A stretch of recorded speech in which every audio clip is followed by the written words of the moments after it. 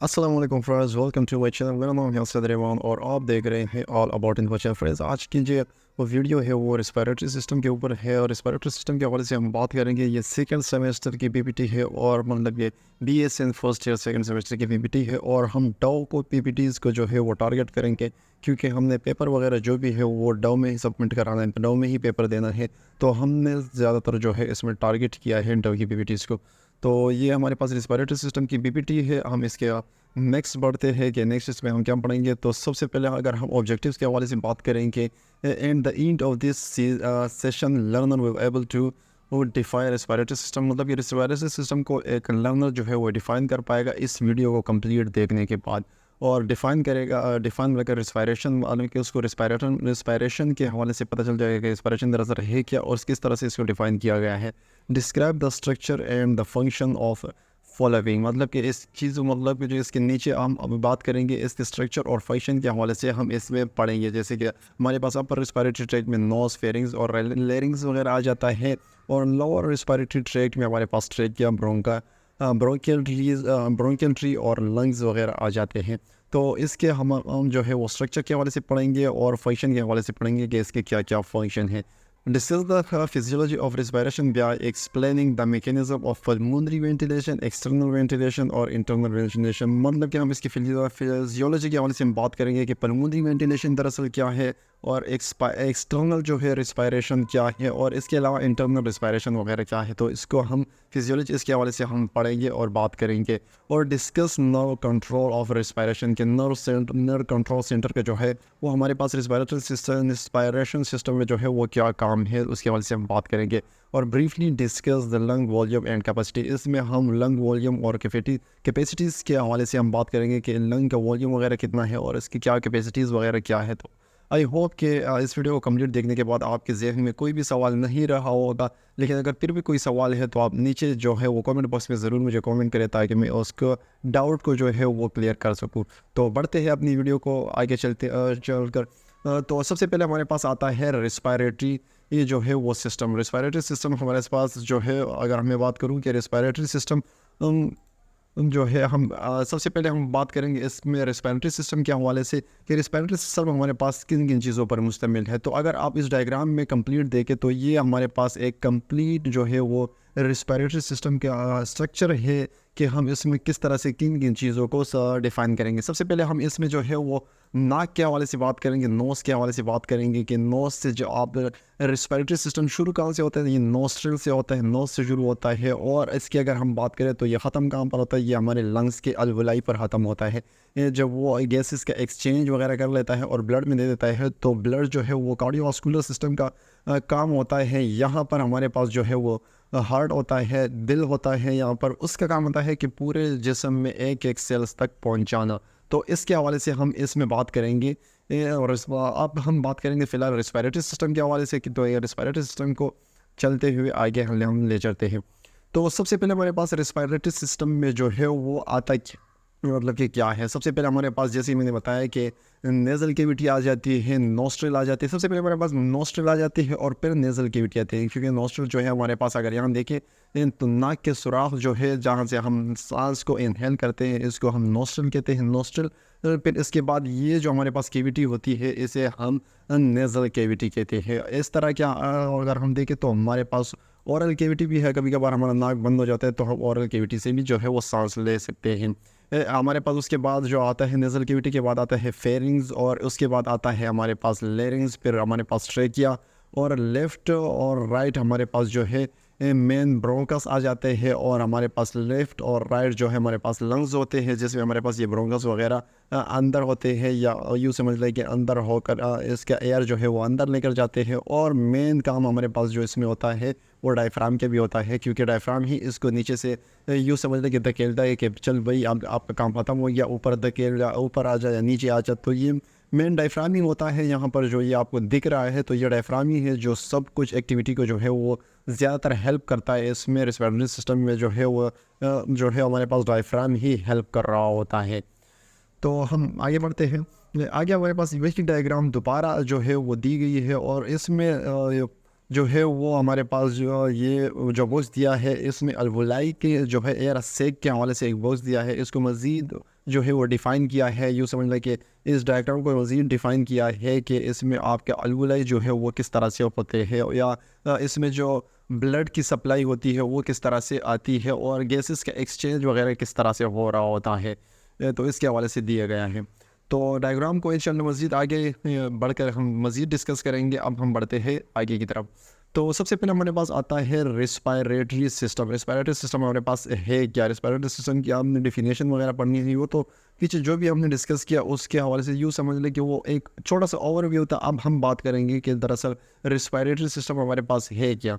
The respiratory system contributes to homeostasis by providing for the exchange of gases, oxygen and carbon dioxide between the atmospheric air, blood and tissue cells. मतलब कि हमारे जिस्म में respiratory system का काम क्या है? रेस्पिरेटरी सिस्टम का हमारे जिस्म में ये काम होता है कि ये हमारे जिस्म में होम्योस्टेसिस मेंटेन कर रहा होता है। होम्योस्टेसिस किस चीज़ का मेंटेन कर रहा होता है? हमारे पास गैसेस का, ऑक्सीजन का और कार्बन डाइऑक्साइड जो हमारे पास होता है, इसका जो है वो सब कुछ मेंटेन कर रहा होता है। यूँ समझ लें कि मतलब बाहर से कितनी एयर आएगी आपके जिस्म में, मतलब कितनी एयर जो है वो इनहेल हो रही है, और इससे फिर ऑक्सीजन जो हमारे पास होता है, ऑक्सीजन कितना वो एब्जॉर्ब कर रहा है और कार्बन डाइऑक्साइड कितना दे रहा है, और ये पूरा प्रोसेस जो है वो ब्लड के थ्रू हो रहा होता है, और ब्लड के थ्रू ही हमारे पास टिश्यूज़ के सेल्स तक जो है वो पहुंच रहा होता है। तो ये हमारे पास रिस्पायरेटरी सिस्टम की एक छोटी सी ओवरव्यू है। It also help adjust the pH of body fluid. मतलब कि ये हमारे बॉडी फ्लूइड जो है, हमारे बॉडी फ्लूइड है, इसके पीएच को जो है मेंटेन करने में भी हेल्प कर रहा होता है। कि हमारे जिस्म के फ्लूइड जो है, जो भी फ्लूइड हमारे पास होता है, उसके टेम्परेचर जो है वो ज़्यादा बढ़ ना जाए या ज़्यादा कम ना हो जाए, तो उसको भी ये हेल्प कर रहा होता है कि उसकी पीएच जो है वो नॉर्मल रहे। आगे हम बढ़ते हैं। जो है रिस्पायरेटरी सिस्टम में हमारे पास दरअसल क्या क्या मौजूद होता है। The respiratory system consist of, हमारे पास इसमें मौजूद होता है हमारे पास नोज़, जो फेरिंग्स जिसको हम थ्रोट भी कहते हैं, आगे मज़ीद डिफ़ाइन किया है। इसमें लेरिंग्स, वॉइस बॉक्स जिसको हम कहते हैं, ट्रेकिया जिसको हम विंड पाइप कहते हैं, सेकंड नाम, ये सेकंड नाम दिया है। और इसके अलावा ब्रोंकाई जिसको मज़ीद आगे डिफ़ाइन किया है कि ब्रोंकाई में ब्रोंकस होते हैं, फिर टर्मिनल ब्रोंकस जो प्राइमरी, सेकेंडरी, टर्शरी और टर्मिनल, इस तरह मज़ीद डिफ़ाइन किया है। आगे चलकर हम बात करेंगे। और ये हमारे पास कहाँ पर होता है? लंग्स में होता है। मतलब ये पूरा एक सिस्टम दिया है कि रिस्पायरेटरी सिस्टम में हमारे पास क्या क्या चीज़ें मुश्तमिल है या क्या क्या चीज़ें होती ये है। Its part can be classified according to either structure and function. इन जो ऊपर जो हमने देखे पार्ट्स, इसको मज़ीद आगे चलकर जो है वो क्लासिफाई किया है अकॉर्डिंग टू इसके स्ट्रक्चर के और इसके फंक्शन के हवाले से मज़ीद इसको क्लासिफाई किया है और मज़ीद इसको डिफ़ाइन किया गया है। तो नहीं आगे बढ़ते हैं हम और देखते हैं इसको। तो सबसे पहले हमारे पास आता है जो है वो respiratory system. Respiratory system friends हमारे पास जो है, रिस्पायरेटरी सिस्टम में हमारे पास दो सिस्टम जो है वो काम कर रहे होते हैं। सबसे पहले हमारे पास अपर रिस्पायरेटरी सिस्टम, जिसको हम ऊपर रिस्पायरेटरी सिस्टम या कह सकते हैं, और lower respiratory system. Upper respiratory system और लोअर रिस्पायरेटरी सिस्टम में हमारे पास क्या क्या होता है? तो हमारे पास नोस हो गया और फेरिंग्स हो गया और एसोसिएटेड स्ट्रक्चर, मतलब कि इसके अलावा जो भी स्ट्रक्चर वगैरह होते हैं, तो हमारे पास जो स्ट्रक्चर होते हैं जैसे कि इंफीरियर कोंचाई वगैरह हमारे पास आ जाते हैं, या इसके अलावा और भी स्ट्रक्चर आ जाते हैं, तो वो हमारे पास जो है वो अपर रिस्पायरेटरी ट्रैक्ट में आते हैं। ये कुछ चीज़ें जो है हमारे अपर रिस्पायरेटरी ट्रैक्ट में से आ रही होती है। और लोअर रिस्पायरेटरी ट्रैक्ट में हमारे पास जो है, जिसको हम लेरिंग्स या वॉइस बॉक्स कहते हैं, वो आती है। उसके अलावा हमारे पास जो है वो ट्रेकिया आती है, जिसको हम विंड पाइप कहते हैं, ब्रोंकाई आते हैं, या प्राइमरी, सेकेंडरी और टर्शियरी। मज़ीद इसको जितने भी डिफ़ाइन किया है वो हमारे पास लोअर रिस्पायरेटरी ट्रैक्ट में आती है। और इसके अलावा हमारे पास जो लंग्स होते हैं वो भी हमारे पास लोअर रिस्पायरेटरी ट्रैक्ट में आती है। इसके अलावा हमारे पास बीमारियां वगैरह जहाँ हम कॉजेज़ वगैरह पढ़ेंगे तो उसमें ये चीज़ आती है कि अपर रिस्पायरेटरी ट्रैक्ट की जो है वो बीमारी या इन्फेक्शन हो गया है, या लोअर रिस्पायरेटरी ट्रैक्ट का इन्फेक्शन हो गया है, तो इससे आपको ईज़िली जो है आइडेंटिफिकेशन हो जाती है कि अपर रिस्पायरेटरी ट्रैक्ट में हमारे पास क्या क्या आ रहा होता है और लोअर रिस्पायरेटरी ट्रैक्ट में हमारे पास क्या क्या आ रहा होता है। तो आगे बढ़ते हैं। और रिस्पायरेटरी सिस्टम, अगर हम रिस्पायरेटरी सिस्टम के हवाले से बात करें तो रिस्पायरेटरी सिस्टम जो हमारे पास फंक्शनली अगर हम इसका देखें तो इसके फंक्शन जो है वो दो हिस्सों में इसको डिवाइड किया गया है। सबसे पहले हमारे पास आता है द कंडक्टिंग जोन, और सेकंड हमारे पास आता है the respiratory zone. Conducting zone का मतलब क्या है? कंडक्टिंग जोन के लफ्ज़ से ही आपको वाज़े तौर पे जो है वो समझ आ रहा होगा कि ये एयर को या कार्बन डाइऑक्साइड और ऑक्सीजन को जो है, मतलब कि ऑक्सीजन या एयर को जो है ये कंडक्ट कर रहा होता है, जमा कर रहा होता है, उसको क्लीन कर रहा होता है। और रिस्पायरेशन से आपके रिस्पायरेशन के नाम से ही वाज़ेह हो जाएगा कि रिस्पायरेशन मतलब कि गैस का एक्सचेंज वहाँ यहाँ पर हो रहा है। तो फर्स्ट में हमारे पास फर्स्ट जो कंडक्टिंग जोन हमारे पास होती है, इसमें जो है वो ये एयर को जो है या ऑक्सीजन या कार्बन डाइऑक्साइड को कंडक्ट कर रहा होता है। और सेकंड हमारे पास रिस्पायरेटरी जोन में जो है इसकी एक्सचेंज वगैरह हो रही होती है। तो आगे बढ़ते हैं, हम इसको वन बाय वन अभी देखते हैं। तो सबसे पहले हमारे पास आता है the conducting zone. Conducting zone में हमारे पास क्या क्या आता है, जो सबसे पहले अगर हम कंडक्टिंग जोन के हवाले से बात करें तो कंडक्टिंग जोन में हमारे पास नोस आ गया, फेरिंग्स, लैरिंग्स, ट्रेकिया, ब्रोंकाई, ब्रोंक्यूल्स और टर्मिनल ब्रोंक्यूल्स। ये चीज़ें तमाम के तमाम चीज़ें हमारे पास जो है ये हमारे पास कंडक्टिंग जोन में आ रही होती है, क्योंकि ये एयर को जो है या ऑक्सीजन, यूँ समझ लें कि इसको जो है वो कंडक्ट कर रही होती है। ये हवा से जो है वो ऑक्सीजन जो है वो कंडक्ट कर रही होती है या एयर को जो है वो कंडक्ट कर रही होती है। इसकी मज़ीद हम फंक्शन वगैरह वन बाय वन देखेंगे, लेकिन इसका अगर हम सारों के एक साथ देखें तो इसका यूँ समझ लें कि फ़ंक्शन क्या होता है, काम क्या होता है। तो इसका हमारे पास ये वार्म करता है और फिल्टर करता है एयर को। वार्म किस तरह कर रहा होता है वो पूरा प्रोसेस हम इसमें देखेंगे। और फिल्टर कर रहा होता है क्योंकि कोई भी बैक्टीरिया या जर्म पार्टिकल या कोई भी डस्ट वगैरह इसमें आ जाती है एयर में, क्योंकि आपको पता है कि एयर में काफ़ी ज़्यादा डस्ट वगैरह होती है। तो ये इसी प्रोसेस के ज़रिए जो है हमारे पास एयर जो है वो क्लीन हो जाती है। ये इसका फंक्शन होता है कि ये एयर को क्लीन कर रहा होता है। नेक्स्ट हम पढ़ते हैं रिस्पायरेटरी जोन। रिस्पायरेटरी जोन हमारे पास जो है वो रिस्पायरेटरी जोन में हमारे पास ये चीज़ें आ जाती है कि इसमें हमारे पास जो है रिस्पायरेटरी ये ब्रोंक्यूल्स आ जाता है, अल्वोलर डक्ट आ जाते हैं और अल्वोलर सेक आ जाते हैं और अल्वोला इसमें आ जाता है। ये कुछ चीज़ें जो हमारे पास होती है क्योंकि इसमें गैसेस का जो है वो एक्सचेंज हो रहा होता है।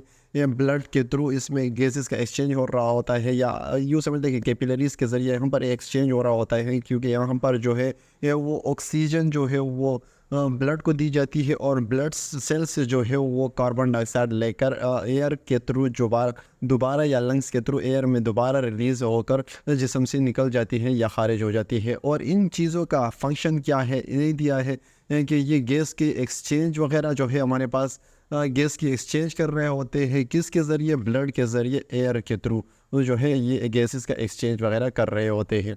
नेक्स्ट पढ़ते हैं हम वन बाय वन। अब इसके स्ट्रक्चर के हवाले से बात करेंगे कि इसके स्ट्रक्चर या फंक्शन के हवाले से कि इसका फंक्शन वगैरह क्या है या स्ट्रक्चर क्या है। तो सबसे पहले हम बात करेंगे नोस के हवाले से कि नोस का जो है हम पढ़ेंगे। तो nose can be divide into external and internal portion. इसको दो हिस्सों में डिवाइड किया गया है। नंबर एक जो है हमारे पास एक्सटर्नल आता है और दूसरा जो हमारे पास होता है वो इंटरनल पोर्शन। नोस को दो हिस्सों में डिवाइड किया है। एक्सटर्नल पोर्शन वो पोर्शन जो आपको नेकेड आई से, जो भाई यूँ समझ लें कि आप एक पर्सन को देख रहे होते हैं तो नेकेड आई से आपको सामने ही वाज़े तौर पर नज़र आ रहा होता है, उसको हम एक्सटर्नल जो है वो पोर्शन कहते हैं। और जो वाज़े तौर पे आपको नज़र नहीं आ रहा होता है सामने से और इंटरनली आपके स्कल के अंदर जो प्रोसेस हो रहा होता है उसके हम इंटरनल पोर्शन कहते हैं।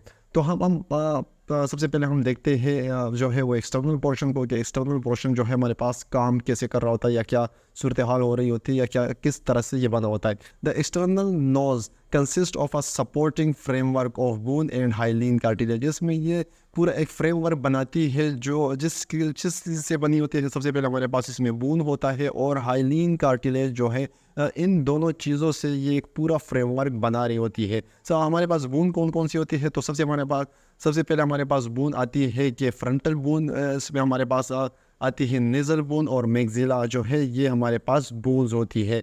Maxilla from bony framework of the external nose. External nose में हमारे पास जो बोन्स आती है वो हमारे पास फ्रंटल, नेज़ल और मैक्सिला जो है ये तीन बोन हमारे पास एक्सटर्नल नोज में आती है। और अगर हम कार्टिलेज के हवाले से बात करें, the cartilage framework of external nose consist of, जो हमें सामने से दिख रहा होता है, जो नाक हमें सामने से दिख रही होती है, इसमें हमारे पास होता है सेप्टल कार्टिलेज, हमारे पास एलार्जन लेटरल नेज़ल कार्टिलेज होती है और एलार जो है एलार कार्टिलेज हमारे पास। ये तीन वो कार्टिलेज होते हैं जो कि अगर आप नाक को ऊपर से टच करें तो थोड़ा बहुत मूवमेंट कर रही होती है, वो यही कार्टिलेज होते हैं जिसकी वजह से ये नाक थोड़ी बहुत हल्की फुल्की जो ऐसे महसूस हो रहा होता है कि ये मूवमेंट वगैरह कर रही होती है, और ईज़िली आपको अगर आप थोड़ा बहुत इसको दबाएँ, प्रेस भी करें, तो ये काफ़ी मतलब कि इसको कोई पेन वगैरह, कोई प्रोसेस वगैरह इसमें कोई अमल नहीं हो रहा होता। लेकिन ये बोनी प्रोनेल्स, ये वो प्रोसेस जो है वो जगह होती है जहाँ पर इसकी कोई मूवमेंट वगैरह नहीं होती। तो ये हमारे पास एक्सटर्नल नोज़ था। अब हम आगे बढ़ के देखते हैं इंटरनल नोज़ को, कि इंटरनल नोज़ में हमारे पास क्या क्या आता है। तो सबसे पहले हम इंटरनल नोज़ के हवाले से बात करते हैं।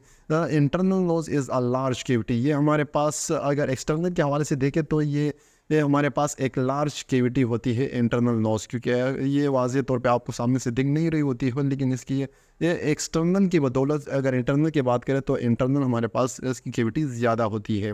In the interior aspect of the skull, ये स्कल के इंटीरियर पोर्शन में होती है। मतलब यूँ समझ लें कि ये स्कल के जो बीच में होती है, तो इसलिए इसमें ज़्यादा जगह जो है वो गहरी होती है। It lie interior to nasal bone and superior to mouth. ये हमारे पास इंटीरियर मतलब कि आगे किसकी मतलब कि इंटीरियर होती है नेज़ल बोन की, और पोस्टीरियर होती है माउथ की। पोस्टीरियर मतलब कि ये माउथ के यूँ समझ लें कि पीछे होती है। It light with muscles and mucous membrane. हमारे इसके अगर हम लाइनिंग वगैरह देखें तो मसल्स और म्यूकस मेम्ब्रेन से इसके चारों तरफ जो है वो लाइनिंग हुई होती है। The space between internal nose is called nasal cavity. इस जो है वो अंदर की जो जगह होती है इसको हम नेज़ल कैविटी भी कहते हैं। अभी मैं आपको डायग्राम के थ्रू भी आपको वाज़े करा दूंगा कि इस पोर्शन को क्या कहते हैं। Interior portion of the nasal cavity just inside the nostrils. इसको हम नोस्ट्रल्स को हम वेस्टिब्यूल्स भी कहते हैं, मतलब कि जहाँ से आपकी एयर जा रही होती है इसको हम जो है वो वेस्टिब्यूल्स भी कहते हैं। अभी पीछे बैक की तरफ डायग्राम की तरफ आता हूँ और आपको दोबारा शो कराता हूँ कि हम किस हिस्से की बात कर रहे होते हैं। तो सबसे पहले हमने जो है वो नेज़ल कैविटी के हवाले से बात की है। तो ये हमारे पास अगर आप बाहर से देखें तो ये हमारे पास ये बाहर का थोड़ा सा पोर्शन होता है, और अंदर का जो है ये एक्सटर्नल पोर्शन हमारे पास आ गया, और ये इंटरनल पोर्शन आ गया। इंटरनल पोर्शन के हवाले से हमने बात की कि इंटरनल पोर्शन हमारे पास इसकी कैविटी जो है वो काफ़ी बड़ी होती है। और अगर इसकी इसको हम मतलब कि नेज़ल कैविटी भी कहते हैं। और अगर इसकी लाइनिंग वगैरह को देखें तो ये मसल और म्यूकस मेम्ब्रेन से बनी होती है। तो यही दिखाने के लिए मैंने डायग्राम आपको दिखाने के लिए डायग्राम पीछे किया था। अब हम बढ़ते हैं आगे की तरफ। तो इंटरनल नोज़ तो हमने कवर कर लिया। अब इंटरनल नोज़ हमारे पास जो मेम्ब्रेन होती है, जो हमारे पास क्या काम कर रही होती है, तो म्यूकस सेक्रेट कर रही होती है by the goblet cell moisten the air and trap the air particle. ये ग्लोबुलेट सेल्स से हमारे पास ये लाइनिंग वगैरह बनी होती है, जो कि हमारे पास हमारे एयर को जो है वो मॉइस्ट कर रही होती है। और कोई भी डस्ट पार्टिकल या कोई भी ऐसा पार्टिकल वगैरह आ जाता है एयर के अंदर, तो ये उसको भी जो है ईज़िली वो ट्रैप कर रही होती है इस म्यूकस मेम्ब्रेन के हेल्प से। तो ये तो इसका यूँ समझ लें कि ये इसका फंक्शन वगैरह सा हो गया। अब हम पढ़ते हैं ओल्फैक्टरी नर्व्स। ओल्फैक्टरी नर्व्स इसमें फ्रेंड दिया है कि ओल्फैक्टरी नर्व्स का काम क्या है। ओल्फैक्टरी नर्व्स हो या ओल्फैक्टरी बल्ब, या यूँ समझ लो कुछ भी इसको कह सकते हैं कि ओल्फैक्टरी नर्व्स का प्रोसेस क्या होता है कि कोई भी चीज़ जो है वो आपने कोई एयर वगैरह के थ्रू या कोई भी चीज़ जो है आप स्मेल करते हैं, जब उसको सूंघते हैं तो ये वो वाहिद नर्व होती है जो कि आपको ये महसूस कराती है कि ये चीज़ आपको लेनी चाहिए, गंदी है, ख़राब है, या स्मेल जो है वो अजीब सी है, या कोई भी XYZ। ये वो वाहिद नर्व होती है जो सेल जो है आपके नर्व सेंसेशन का काम कर रही होती है, जो कि आपके स्मेल वगैरह को सेंस करने का काम कर रही होती है। ये ओल्फैक्टरी नर्व हमारे पास होती है। ये नर्व आपको लाजमी तौर पे जो है वो याद होना चाहिए कि हमारे पास कौन सी नर्व वगैरह होती है। तो आगे बढ़ते हैं हम।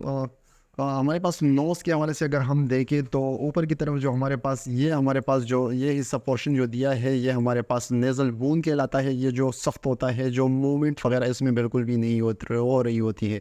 इसके अलावा ये जो पोर्शन है, इसको अगर आप थोड़ा बहुत मूवमेंट भी कराए तो ये मूवमेंट होती है, क्योंकि ये कार्टिलेज वगैरह से बनी होती है, जो कि अपर लेटरल कार्टिलेज और लोअर लेटरल कार्टिलेज इसमें इसका नाम दिया गया है। तो ये जो एक स्ट्रक्चर से सता जो आपको दिखाना ज़रूरत है इसमें दिया था, इसको हम छोड़ नहीं सकते थे। अब हम आगे बढ़ते हैं। इसको मज़ीद जो है और डिफ़ाइन किया है, लेकिन इसमें कोई ख़ास पढ़ाने वाली चीज़ नहीं है। वही ओल्फैक्टरी नर्व वगैरह चीज़ें दी है, नेज़ल कैविटी वगैरह जो कि हमने पढ़ी है। इसमें आगे, और माइक्रोविली और सिलिया ये हमारे पास होती है, जो कि सेंसेशन या कोई भी डस्ट पार्टिकल या माइक्रो ऑर्गेनिज्म हो गया तो इसके साथ चिपक जाती है, और यही वो सेल्स वगैरह होती है, जैसे आपको कांसी वगैरह लग जाती है या चीकी वगैरह लग जाती है, जो कि जैसे आपके नाक के ज़रिए जो है वो कोई भी डस्ट पार्टिकल अंदर चला जाता है, तो इसके थ्रू ही आपको मतलब कि कांसी वगैरह लग जाती है या कुछ भी लग जाती है, जो जिसकी वजह से आपका जो भी कचरा वगैरह जो भी डस्ट पार्टिकल हुआ अंदर आया होता है वो बाहर चला जाता है इसकी हेल्प से। आगे हम नोज़ के वही दोबारा डायग्राम वगैरह दी है, लेकिन आप जिसके जितने नाम याद करेंगे उसमें आपका ही फ़ायदा है, लेकिन आपको सारे नाम इसके याद होने चाहिए। अब हम पढ़ते हैं फेरिंग्स के हवाले से कि फेरिंग्स हमारे पास है क्या। फेरिंग्स के हवाले से हम पढ़ते हैं कि फेरिंग्स हमारे पास क्या होता है। It is funnel shape tube about 13 centimetre 13 centimetre है। सबसे पहले आपको इसकी लेंथ के हवाले से जो है वो ज़रूर पता होना चाहिए कि कितने सेंटीमीटर लॉन्ग है या इसकी लेंथ वगैरह कितनी है, और ये फनल शेप है। फनल शेप मतलब यूँ समझ लें कि अगर आप के पास कोई मतलब कि अगर आपको समझाने के लिए बताऊं कि आपके पास अगर बाइक वगैरह होती है, जिस ट्यूब के ज़रिए आपके बाइक में जो है वो ऑयल डाला जाता है, उसको हम फनल कहते हैं। ये उस शेप का होता है क्योंकि इसमें आपके एयर भी आती है और फूड वगैरह भी इसके ज़रिए ही आता है। It start at the interior nails and extend to the level of cricoid cartilage. ये आपके इंटीरियर नेल्स जो है आपके नाक के अंदर जो नेल्स होती है वहाँ से शुरू होती है और ये क्रिकोइड कार्टिलेज पर ही ख़त्म होती है या क्रिकोइड कार्टिलेज तक होती है, यूँ समझ लें। The pharynx lies just posterior to the nasal and oral cavity. ये फेरिंग्स, अगर हम फेरिंग्स के हवाले से बात करें तो फेरिंग्स हमारे पास नेज़ल और ओरल कैविटी की पोस्टीरियर होती है। पोस्टीरियर मतलब कि उसके पीछे होती है। नेज़ल कैविटी और ओरल कैविटी के हमारे पास पीछे होती है फेरिंग्स। और superior to the larynx. Superior की अगर हम बात करें, सुपीरियर मतलब कि ये ऊपर जो है ये लेरिंग्स के ऊपर होती है। And just interior to the cervical vertebra. और सर्वाइकल वर्टिब्रा जो है उसके बिल्कुल सामने होती है या बिल्कुल आगे, कह सकते हैं कि बिल्कुल आगे होती है। इंटीरियर तो इंटीरियर कहते हैं आगे को, कि उसके सर्वाइकल वर्टिब्रा के बिल्कुल आगे होती है। The pharynx function as a passageway. उसके फंक्शन क्या है, ये एक पैसेज वे है, एक रास्ता है। किस चीज़ के लिए? एयर के लिए और फूड के लिए। मतलब कि ये फूड और एयर के लिए एक पैसेज वे है, एक रास्ता है जो ये प्रोवाइड कर रहा होता है। ये provide a resonating chamber for speech sound. और इसकी हेल्प से ही हमारे पास जो है हम बात कर रहे होते हैं, जो मैं आपके साथ बात वगैरह कर रहा हूँ, ये जो बोल रहा हूँ, इसकी हेल्प से ही ये हमारे पास एक रास्ता होता है जिसकी वजह से हमारी वॉइस इतनी क्लियर से आती है। And houses the tonsil. और यहाँ पर ही हमारे जो है वो टॉन्सिल होते हैं, ये जो कि डस्ट पार्टिकल या जर्म्स को या XYZ कुछ भी चीज़ आपके माउथ के ज़रिए जब जा रही होती है तो उसको ट्रैप्ट कर रही होती है। Which participate in immunological reaction against foreign invader. कोई भी अगर आपको जिसम में फोरिजन बॉडी आ रही है, फोरिजन पार्टिकल वगैरह आ रहा है, तो उसको ये डायरेक्ट उस पर रिएक्ट करता है, उसके अगेंस्ट जो है वो पार्टिसिपेट करता है इम्यून सिस्टम के साथ।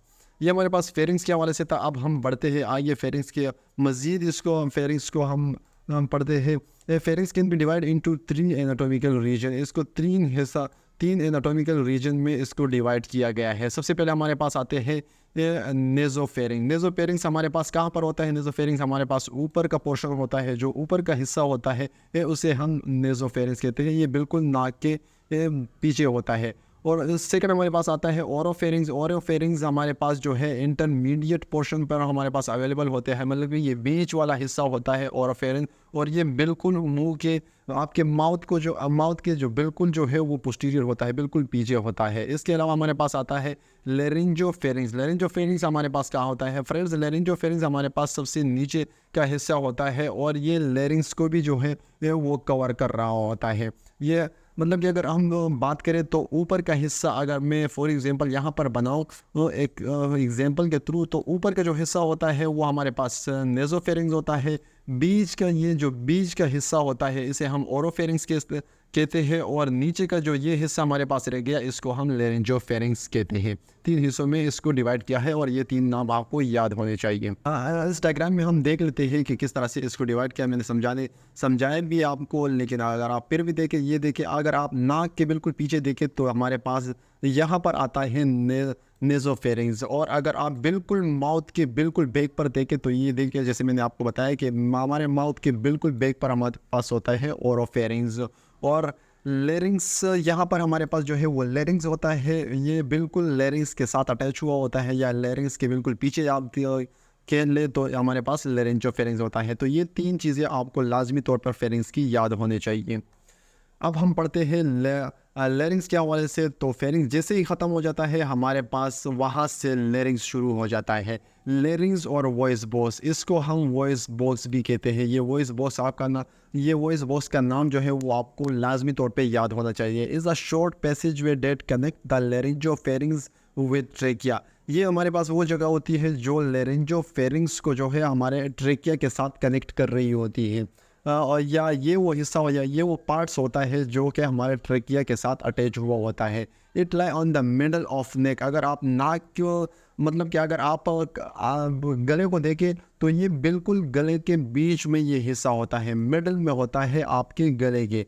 Interior to esophagus and throat C4 to C6 cervical vertebra. अगर हम इसको इंटीरियर तौर पर देखें कि बिल्कुल ये आगे जो है इसोफिगस के बिल्कुल आगे होता है, और सी का मतलब है सर्वाइकल वर्टिब्रा के हवाले से दिया है C4 to C6, मतलब कि C4 से शुरू हो जाता है। इसकी लेंथ की अगर हम बात करें C4 से शुरू हो जाता है और C6 पर हमारे पास ख़त्म हो जाता है। ये बिल्कुल इस वर्टिब्रा के यूँ समझ लें कि इसके बिल्कुल सामने होता है, आगे होता है। The wall of larynx is compose of 9 PCs of cartilage. अगर हम जो है वो लेरिंग्स के हवाले से बात करें तो लेरिंग्स में हमारे पास 9 पीसीज ऑफ कार्टिलेज होता है, जो कि हम आगे मज़ीद हम बात करेंगे, उसमें डिफ़ाइन करेंगे। तो ये चीज़ें लेरिंग्स के हवाले से हो गई। अब हम आगे बढ़ते हैं। ये हमारे पास 9 वो जो है वो कार्टिलेज होते हैं, और इसके नाम भी आपको याद होने चाहिए कि लेरिंग्स में हमारे पास जो है वो कौन कौन से कार्टिलेज हमारे पास अवेलेबल होते हैं। तो 3 कार्टिलेज ऑकर सिंगली, 3 कार्टिलेज हमारे पास जो ऊपर वाले हैं ये सिंगल होते हैं, और 3 कार्टिलेज आकर इन पेयर, मतलब कि 3 कार्टिलेज जो हमारे पास मज़ीद और होते हैं ये पेयर में होते हैं। तो 3 और 3 6, और ये 3 जो है हमारे पास 9 कार्टिलेज का कंप्लीट इसमें होते हैं। सबसे पहले हमारे पास आता है थायरॉयड कार्टिलेज। थायरॉयड कार्टिलेज कौन सा होता है ये आगे मैं छोड़कर आपको डायग्राम में वाज़ेह करूँगा, लेकिन अगर आपको किसी के गले को देखे सामने तौर पर जो हड्डी नुमा सामने वाज़ेह तौर पे निकली हुई होती है, कुछ लड़कों की ऐसा होता है कि ये निकली हुई होती है, तो ये वो कार्टिलेज जो है वो हमारे पास थायरॉयड कार्टिलेज होता है, या इसको हम एडम एप्पल भी कहते हैं। तो इस नाम से आप कंफ्यूज बिल्कुल भी नहीं हो जाना। ये इसको हम एडम एप्पल भी, या इसके नाम इसको एडम एप्पल भी कहते हैं। नेक्स्ट हमारे पास आता है एपिग्लोटिस। एपिग्लोटिस हमारे पास कार्टिलेज वगैरह कोई इसमें खास कार्टिलेज नहीं होती, लेकिन इस पर कार्टिलेज में दिया है तो हम पढ़ लेते हैं इसको कार्टिलेज के तौर पर। और ये किस शेप का होता है? ये हमारे पास लीफ शेप का होता है। अगर आपको इससे शेप वगैरह इसकी पूछी जाए तो इसका आपने बिल्कुल घबराना नहीं, ये लीफ पत्ते नुमा शेप का होता है। और नेक्स्ट हमारे पास जो आता है वो सिंगल हमारे पास का क्रिकॉइड कार्टिलेज हमारे पास होता है, जो कि हमारे पास रिंग लाइक हमारे पास मौजूद होता है। और 3 कार्टिलेज जो हमारे पास पैर में होते हैं, या यूँ समझ लें कि जो 6 कार्टिलेज हमारे पास होते हैं वो किस तरह से होते हैं। इसमें 2 हमारे पास एरिटिनोइड कार्टिलेज होते हैं। इसके हम अगर जो है वो शेप के हवाले से बात करें तो ट्राईएंगुलर शेप इसका हमारे पास होता है। उसके अलावा हमारे पास यूनिफॉर्म या क्यूनिफॉर्म या यूनिफॉर्म, इसको ज़्यादातर स्टूडेंट प्रोनाउंस कर रहे होते हैं, लेकिन अगर इसकी सही प्रोनाउंसिएशन देखी जाए तो यूनिफॉर्म मेरे मुताबिक सही है। और ये हमारे पास क्या होता है, ये वॉर्न शेप होता है। मज़ीद आगे चलकर मैं आपको डायग्राम में वाज़ेह करा दूंगा। और इसके अलावा हमारे पास ऑर्निक्यूलेट कार्टिलेज होता है, जो कि हमारे पास क्लब शेप का होता है। तो ये कुछ कार्टिलेज वगैरह है जो लेरिंग्स में हमारे पास पाए जाते हैं, या लेरिंग्स यूँ समझ लें कि किस चीज़ से बना होता है। तो लेरिंग्स हमारे पास कार्टिलेज से बना होता है, और ये कार्टिलेज का नाम आपको 1 by 1 tip of the finger याद होने चाहिए।